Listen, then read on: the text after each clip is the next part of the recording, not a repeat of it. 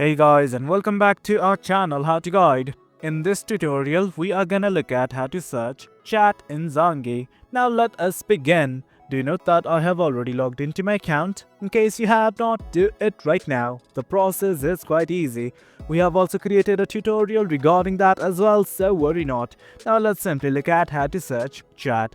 At the top right, you can simply see the search button right here. Click on it, and at search from here, you can search for the unread messages, photos, videos, and everything. Right now, let's say I simply type a text right here, and these are all the messages that I have sent in the chat.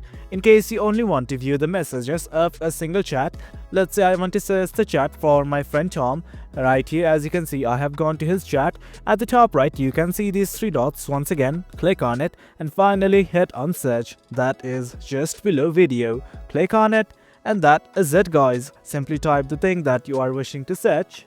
And as such, once you have entered the text, the most relevant results will be provided to you. And guys, that is it. That's how we search chat in Zangi. The process is quite easy.